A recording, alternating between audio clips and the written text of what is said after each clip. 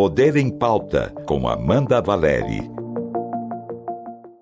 Olá, seja bem-vinda, seja bem-vindo ao Poder em Pauta, que agora é videocast, diretamente aqui dos estúdios da Rádio Cultura, e toda semana a gente tem um episódio novo. E hoje a gente vai falar da regulamentação das apostas online, as chamadas bets.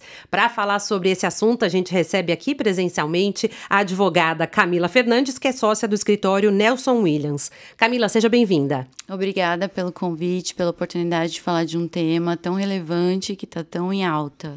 A regulamentação completou 3 meses, né? Entrou em vigor em janeiro desse ano. Eu gostaria que você explicasse o que representa a regulamentação desse setor. Tá.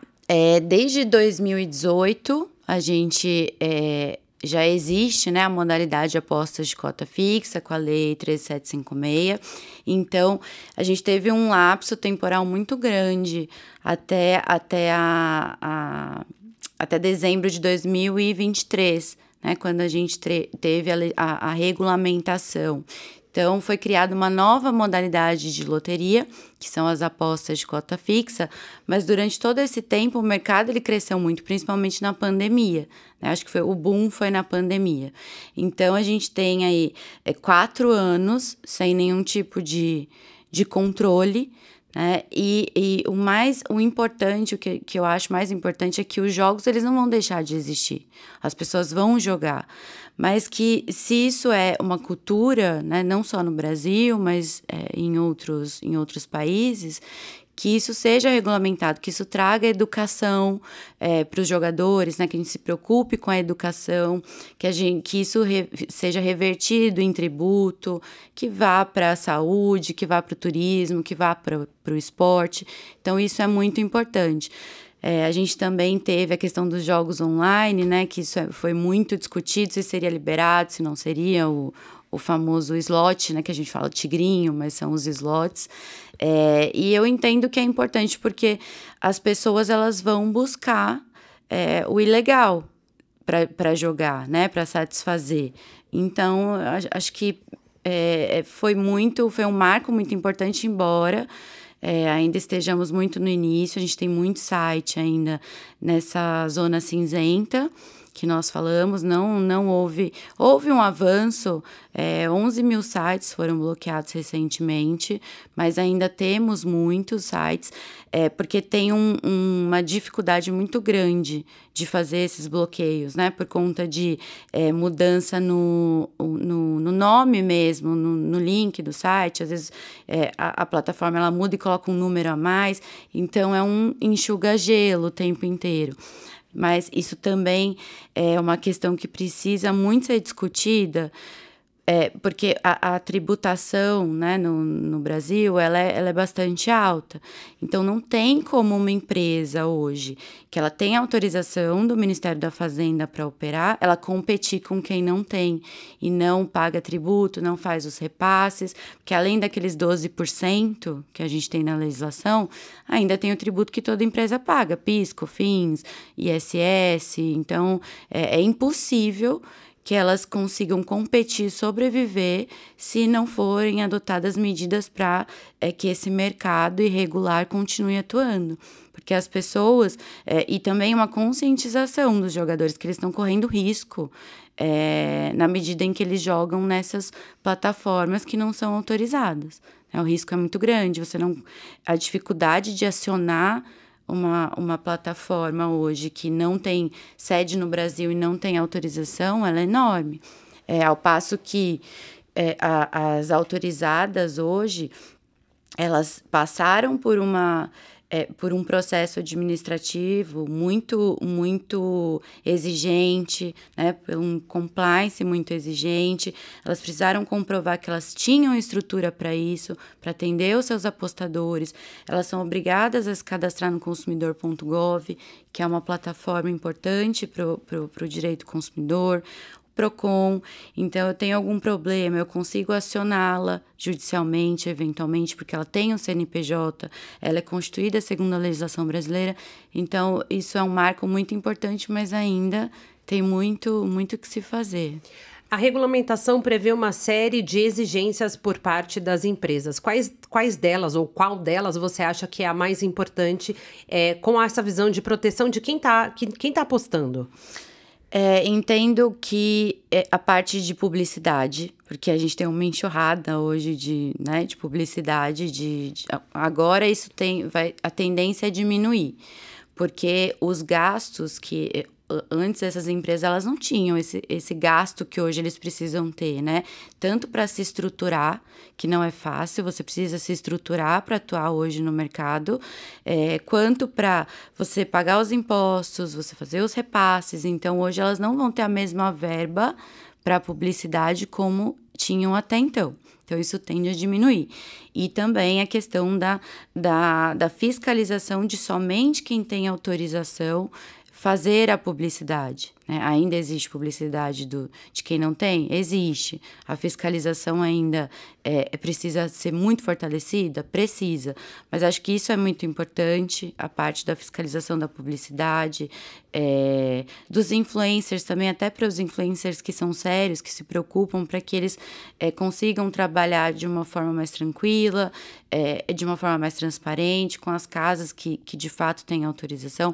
Então, para mim, uma das coisas é a publicidade, mas também a questão das campanhas, né, de como elas devem ser feitas, avisos, também a parte de tecnologia da plataforma, de monitoramento, isso se exige das casas, né? Que exista um monitoramento hoje. Então, você, com a utilização da tecnologia, você classifica o seu jogador, se ele mudou de comportamento, pode ser que também o tempo de jogo que ele está jogando, e você pode emitir mensagens para ele de alerta. Então, tudo isso, as plataformas passaram por certificação, é obrigatório, né? Os jogos online também são certificados, isso tudo protege o apostador. E para que você passe por essa certificação, que também é muito rígida, existe uma série de requisitos que o seu sistema precisa prover, né? E alguns deles passam por essa parte do jogo responsável. Por exemplo, se exige que o próprio apostador ele possa estabelecer limites dentro da plataforma. Então, ele pode colocar um limite de tempo, um limite de perda, para que ele, em um momento, claro, a gente fala, mas se ele estiver naquela, né, se ele for um ludopata, se ele for um jogador compulsivo, ele não vai ter essa noção, então sim, isso não funciona. Limite. Uhum. Mas ele tem, e o que já se sabe, é que ele tem momentos, né, em que ele não está naquela adrenalina, naquela compulsividade, e ele entende que ele precisa parar, que ele precisa de limite. Então, ele pode impor esse limite, ele pode excluir a conta dele nesse momento, que ele tiver essa consciência, ele coloca um limite de tempo, ele coloca um limite de perda. Então, e existe um prazo. Eu não posso agora colocar um limite e daqui 5 minutos em que eu entrei na compulsão, eu altero. Então, eu preciso manter pelo menos, salvo engano, são 24 horas, né? E a exclusão é um tempo maior, depende de enquanto ele optou. Então, isso é importante, porque a tecnologia a favor de proteger o consumidor, de evitar a compulsividade. Então, isso tudo passou no processo de certificação, né? Então, isso eu acho que é o mais importante. A regulamentação da publicidade e a tecnologia em favor de evitar esse tipo de problema, né? Que muito se fala hoje. A regulamentação, como você disse, ela chegou tarde, né? Desde que esse mercado foi legalizado. Se comparado a países da Europa, mais ainda, porque países da Europa já regulamentaram o setor há cerca de uma década. Apesar da vigência ser um tempo ainda muito curto, o que você acredita que precisa ser aprimorado? Acho que muita coisa, né? O Brasil ainda está...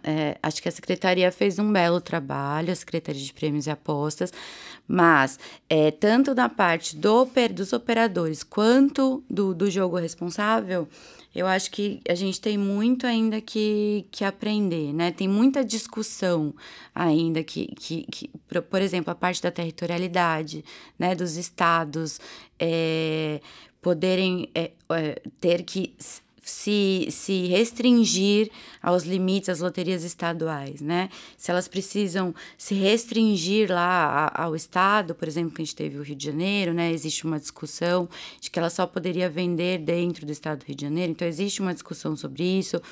Existe discussão agora sobre a questão dos benefícios sociais. Então, se criou, a legislação foi um passo importante, mas as discussões vão começar agora, com as dificuldades que a gente começar a enfrentar, principalmente na parte de fiscalização, né? No ano passado, foi uma corrida dos operadores com medo dos bloqueios, porque saiu uma portaria no ano passado que quem não fizesse o pedido até, acho que setembro ou outubro, teriam seus sites bloqueados a partir de outubro. Então, foi uma corrida para pedir autorização, mas o que a gente vê hoje é que é um enxuga-gelo, como eu falei. Ainda como que nós vamos fazer isso? Como que a gente vai... porque o mercado ele precisa ser sustentável. Se eu tenho uma parte que ganha muito mais do que a regulamentada, que é o não regulamentado, que é muito mais rentável, porque eu não tenho... que pagar tributo, eu não tenho que fazer os repasses, é muito difícil que exista essa competitividade. Então, essas coisas elas vão começando a acontecer, os problemas vão começando a aparecer, e aí a gente precisa discutir, né? Não dá só para se ater àquilo que foi no início, como qualquer projeto, depois as coisas vão mudando e vão evoluindo.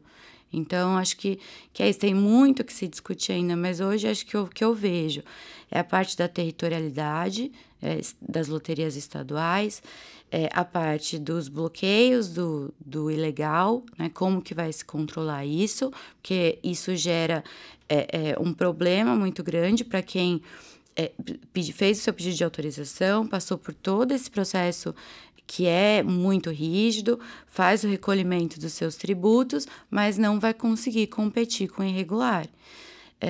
Acho que é isso hoje. E a parte que hoje está muito falada, que são os benefícios sociais. A gente vai entrar nesse assunto logo mais. Nessa semana, o presidente do Banco Central e outros integrantes do Banco Central participaram da CPI das bets no Senado e trouxeram novos números sobre o setor. Né? De janeiro a março, com a regulamentação, o Banco Central disse que agora pode ter uma noção mais palpável do que é. 24 milhões de apostadores que gastaram entre 20 a 30 bilhões de reais por mês. A Febraban, que representa os bancos, né, alertou que isso pode vir a formar uma bolha de inadimplência com a explosão das bets, e também tem um recorte, um estudo do Banco Central do ano passado sobre o uso de benefícios sociais como Bolsa Família e BPC. Onde entra a regulamentação nisso? É papel do Estado regulamentar e interferir como o cidadão que recebe esse benefício usa esse dinheiro? Eu entendo que não. Hoje, esse tema é muito sensível, né? Porque as pessoas têm um pouco de medo de falar. É muito utópico você falar que é possível fazer esse controle, na minha opinião. Primeiro, né? A gente fala de controle. O próprio Tribunal de Contas, ele tentou exigir que esse controle fosse realizado, né? Que esses valores dos benefícios não fossem utilizados para os jogos. Mas a própria AGU se manifestou, dizendo que isso é impossível, na medida em que você transfere o recurso para o beneficiário, não tem como você saber se isso veio do próprio trabalho dele ou se é do benefício. E aí a gente cai numa questão muito mais séria, que é a liberdade, né? A gente tem um Estado democrático de direito e a gente está restringindo a liberdade daquela pessoa de acessar uma forma de lazer. Porque a aposta, embora a gente fale muito do vício, da ludopatia, é uma forma, é um entretenimento. Entretenimento é lazer. Jogar com responsabilidade é lazer, não é investimento, é lazer. Então, é uma forma de entretenimento. Quando o Bolsa Família foi instituído, na própria legislação que instituiu o Bolsa Família, ele traz o artigo 6º da Constituição, ele menciona o artigo 6º da Constituição. Então, é uma renda básica familiar para tentar garantir os direitos básicos. Entre os direitos básicos, educação, saúde, alimentação, lazer. Então, e não existe uma divisão do que pode percentual que vai para o lazer, percentual que vai para a alimentação, então não existe isso. Então, é você restringir como ele vai utilizar. Então, ele não tem direito a esta forma de lazer. Ele tem direito a alguns tipos de forma de lazer, mas essa não. Fora a isonomia, né? Que ele pode jogar em outras modalidades lotéricas, porque a aposta de cota fixa é uma modalidade de loteria. Né? Se foi feito dessa forma, também não concordo, mas é uma modalidade de loteria. Se é uma modalidade de loteria, porque nessa ele não pode jogar, mas ele pode jogar na Mega Sena, ele pode jogar em outras modalidades. E eu também entendo que ele não atinge a finalidade. É só para subsistência, é só para alimentação, para o seu gás, enfim. Isso vai dar certo? Eu vou chegar à finalidade que eu quero, que é para que ele utilize o valor para subsistência? Não. Isso evita que ele utilize para uma bebida alcoólica? Não. Evita que ele vá gastar, sair à noite e utilizar o dinheiro? Não. Então, para mim, o que deve ser feito é investir na educação dessas pessoas, né? Porque se fala muito de jogo responsável. Mas você não vê medidas efetivas para educar, né? Olha, dicas pro jogador, o que ele pode fazer, ele pode estabelecer um tempo, coloca lá um alarme no celular para que ele jogue tanto tempo, utilize as ferramentas de exclusão, utilize a ferramenta que a plataforma te dá desse limite de tempo, limite de perda, você só pode jogar com o dinheiro que você utilizaria para ir para o seu lazer, para você ir num parque, para você ir no cinema, para você ir comer alguma coisa com a sua família. Então, esse dinheiro você pode usar, porque é um dinheiro que você pode perder, não é um investimento. Então, eu acho que é mais investir na educação, e aí passa muito por a conscientização, ela demora, né? Se você for pensar, eu estava até conversando esses dias, o cinto de segurança. Antigamente, ou a cadeirinha de bebê, né? Muito antigamente, as pessoas... Isso não era uma preocupação muito grande, né? Do cinto de segurança ou da cadeirinha do bebê, né? E isso hoje já é algo automático. É natural. Se você... eu vejo... tem criança, assim, que se você colocar ela no banco de trás sem a cadeirinha, ela já reclama, né? Ou deixar de colocar o cintinho. Então, é uma conscientização. Demora. Mas isso muda o capacete para a moto. Também, isso é algo que passou por uma conscientização. Então, tudo isso demora, a gente sabe, mas para mim o ideal é você investir nisso e não excluir essa forma de lazer das pessoas, porque isso está garantido, inclusive, na própria legislação que institui o benefício. Sim, então essa é uma medida até inconstitucional, né? A proibição por parte do Estado do uso do recurso do Bolsa Família. Não seria, então, melhor estar previsto na regulamentação do setor medidas ou publicidade de educação também, não só por parte do poder público, mas também das empresas, para reduzir a dependência, vício e perdas de apostadores, principalmente dessa faixa de renda mais baixa? Já está previsto na regulamentação, isso é previsto, né? Essa parte tanto da publicidade responsável, existe um rol muito de várias condutas que elas não podem mais adotar. Por exemplo, a forma como você vai se comunicar com o seu apostador. Você não pode dizer que associar a aposta a um investimento, associar a ascensão social ou que aquilo te enriqueceu. Tem diversas regras na regulamentação em que traz essa necessidade de educação. Parte dos recursos também vão ser direcionados para isso. Tem casas que estão fazendo parceria para fazer estudo sobre a ludopatia. Então, é que isso está começando ainda, né? E acho que da parte do governo é mais a fiscalização.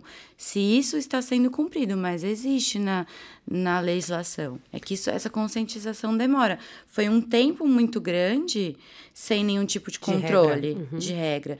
Então, agora vai demorar. Se desde o princípio, talvez, isso fosse falado, existisse a regulamentação, talvez o cenário hoje, depois de 4 anos, seria diferente.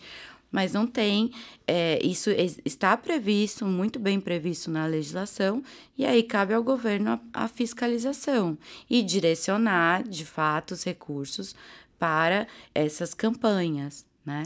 Só trazer uns números para quem está ouvindo a gente. Segundo o Banco Central, 17% dos beneficiários do Bolsa Família fizeram apostas no ano passado, destinaram 3 bilhões de reais para esses jogos, que representa 20% do total de recursos destinados ao benefício. Quando surgiu o texto da regulamentação, agora no governo Lula, encabeçado pelo ministro da Fazenda, Fernando Haddad, também teve um olhar para a arrecadação federal, né? Porque era um setor em que não tinha regras. A ideia deixa também um pouco de lacuna em relação a isso, ou o texto foi direcionado para isso e deixa lacunas exatamente na proteção dos apostadores? Não, eu entendo que foi muito bem... todas essas partes foram muito bem contempladas, tanto a parte da tributação, porque as pessoas acham que é com a outorga que o governo vai arrecadar os 30 milhões. Não é, né? Mais a parte dos tributos. O direcionamento também foi muito bem esclarecido, né? Como que será direcionado os 12%. O restante é o que toda empresa paga, PIS, COFINS. Existe uma discussão sobre o ISS, né? Hoje a gente já tem uma discussão, porque, por exemplo, no município de São Paulo, eles esclareceram, né, que da base de cálculo do ISS seria excluído os 12%, porque isso não é receita, né? Então, algumas coisas ainda vão surgir de discussões sobre a parte de tributação. Entendo que existe uma possibilidade muito grande de discussão, principalmente sobre a base de cálculo dos tributos. Existe a discussão hoje também, que já foi emitida uma nota técnica a respeito disso, se a parte de bônus, ela entra na base de cálculo dos tributos ou não. Então, vai, como qualquer legislação, né? Depois a gente tem essas discussões, as teses que ficam anos para ser julgadas, e aí o entendimento ele muda a todo momento, não só em relação às bets, mas em relação a tudo. Então, mas não acredito que houve falha neste sentido, é que isso é normal de acontecer, né? Dessas discussões, isso é estabelecido, e com o andamento com a aplicação é que surgem as dúvidas, as interpretações diferentes, e para isso o judiciário está aí para interpretar, né? Então, é um tema novo, a gente ainda vai ter muita discussão. Algumas coisas, também não acho que falhou na parte de proteção dos jogadores. A gente fala só da legislação, né? Que instituiu, que como modalidade de loteria, e a que regulamentou.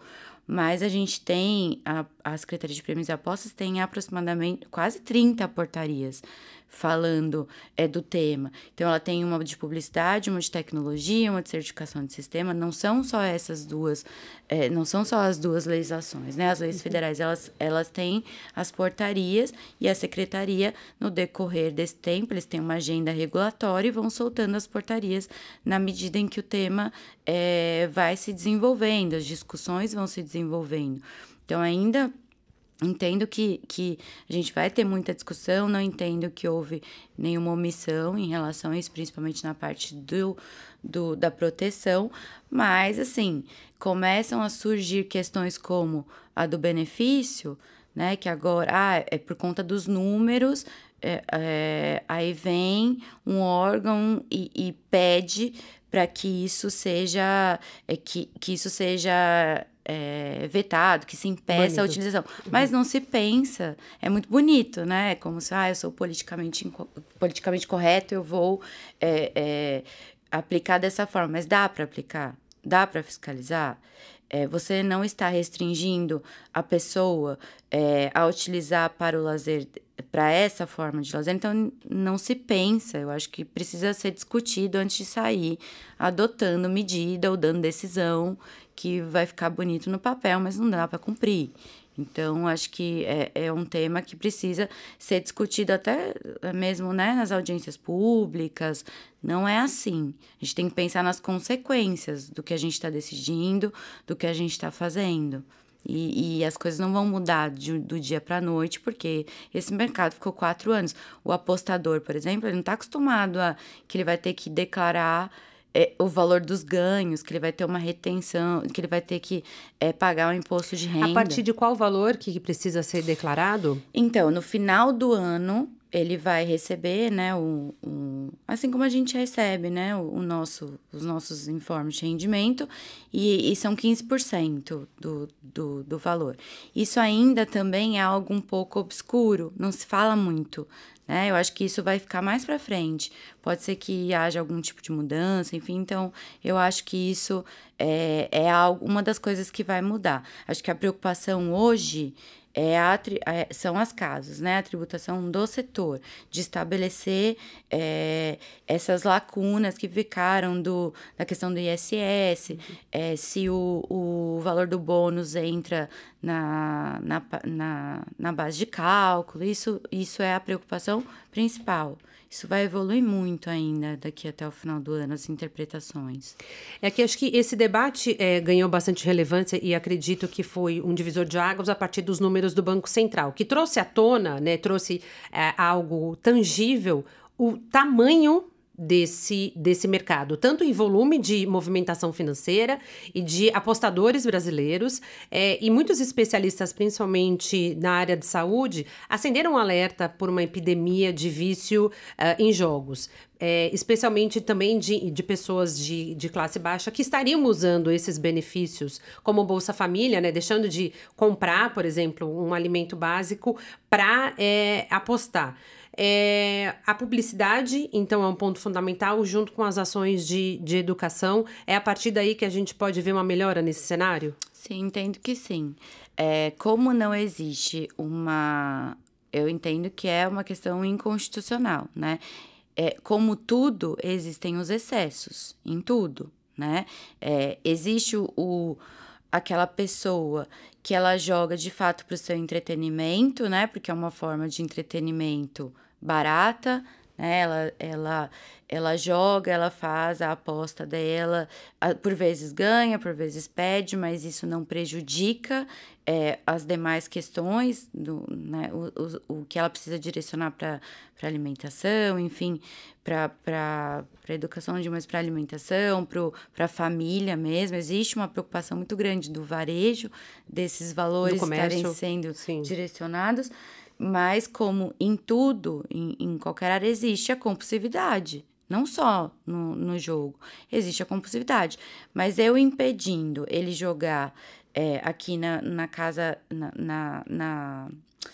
na casa regulada, isso vai impedir, talvez, que ele vá para o ilegal, que ele vá utilizar o valor para jogar, para ir para o ilegal, para jogar, ou que ele vá direcionar, por exemplo, para bebida, não vai impedir. Então, entendo que a gente precisa investir na parte de educação, de conscientização, né?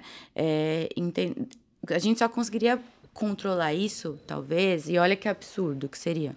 Eu não consigo saber de onde veio o valor, né? Se veio do Bolsa Família ou se veio do trabalho, mas imagina eu impedir que essas pessoas...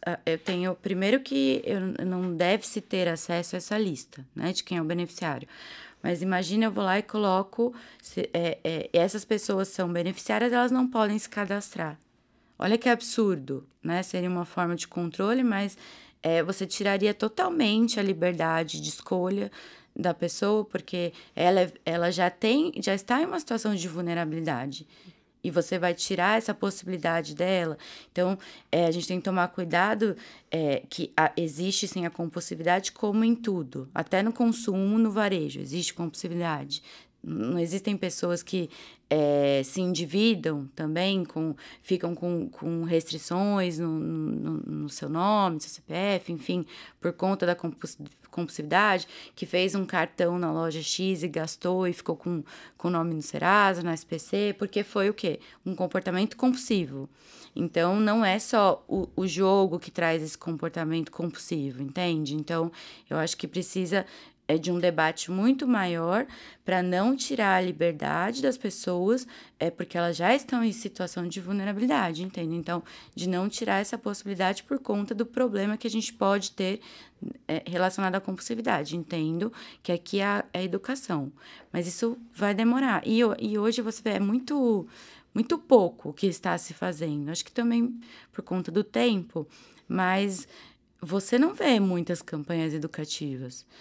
Defendem até que essa campanha educativa em relação às apostas seja parecida com a campanha do cigarro, que poderia surtir, que foi bastante agressiva, né? E é ainda bastante agressiva, que seria uma forma de surtir um efeito um pouco mais imediato. Você tocou em um ponto muito importante. Se a gente pensar, até antes, né, nos filmes, era bonito a pessoa fumar, né? Nos filmes, era algo que era socialmente, era atraente, né? As pessoas fumavam em lugares fechados, enfim. E isso hoje, eu não lembro mais como era isso, porque houve uma campanha muito agressiva, como você falou. Eu acho que hoje a gente não tem. E isso, talvez pelo pouco tempo, como você falou, a gente ficou muito tempo no mercado sem nenhum tipo de controle ou regulamentação, então vamos demorar um pouco mais para chegar ao ideal. Mas o cigarro é algo que você colocou muito bem. Hoje você vê uma mudança de comportamento muito grande, né? O tanto de pessoas que é muito inferior o número de fumantes hoje. As pessoas não fumam em qualquer lugar. As pessoas às vezes têm vergonha de onde elas vão acender um cigarro. Por quê? Por conta dessa campanha agressiva e de conscientização. Camila, muito obrigada aqui pela participação do Poder em Pauta e até uma próxima. Obrigada a você. E você, se você curtiu esse episódio, compartilha com amigos, amigas, colegas de trabalho e familiares. E claro, não deixa de colocar um comentário aqui pra gente e curta também a página do Poder em Pauta. A gente volta na próxima semana com outro tema. Até lá!